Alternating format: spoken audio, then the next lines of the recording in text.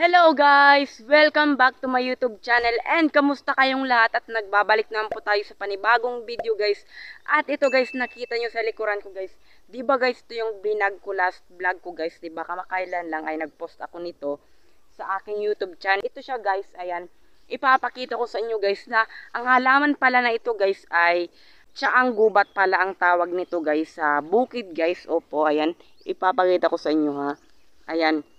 Sa mga hindi pa po nakakita nito, ayan, ito guys, makikita nyo na yung ngayon guys. Ito po nga po pala yung tsaang gubat guys sa probinsya guys, ayan. Ito nga po pala guys na halaman ito guys ay marami po pala itong health benefits guys na makukuha ka mula sa kanyang ugat, pati sa kanyang mga sanga and sa kanyang mga daon at pati na rin ang kanyang mga bunga guys. Ayan, marami po siyang bunga guys, ayan. Ito guys yung kanyang bunga. Yan. Maliliit lang sila guys. Ayan.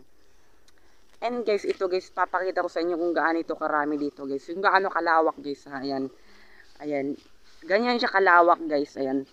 Ayan. Grabe guys. Ganyan siya po kalawak dito guys. Ito nga po pala yung tsaang gubat guys sa bukid guys. So, ito na guys. Maraming salamat po sa nag-comment sa video ko na yun na tsaang gubat pala ang pangalan nito. So, i-share nyo itong video guys ay napaka-healthy pala nito guys. Dinadaan-daanan ng mga tao pero sobrang healthy pala ng halaman na ito guys. Ay napakagaspang po ng kanyang dahon and medyo makintab yung kanyang dahon. Ayan yung kanyang bunga guys. Ayan. Ginagawa po siyang tsaa.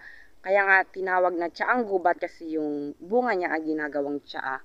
So, ayan guys. Napakaganda dito mag-background ng vlog. So, ayan. Napaka-nice guys. Ayan. Tingnan nyo naman guys. Ayan. So, ayun guys.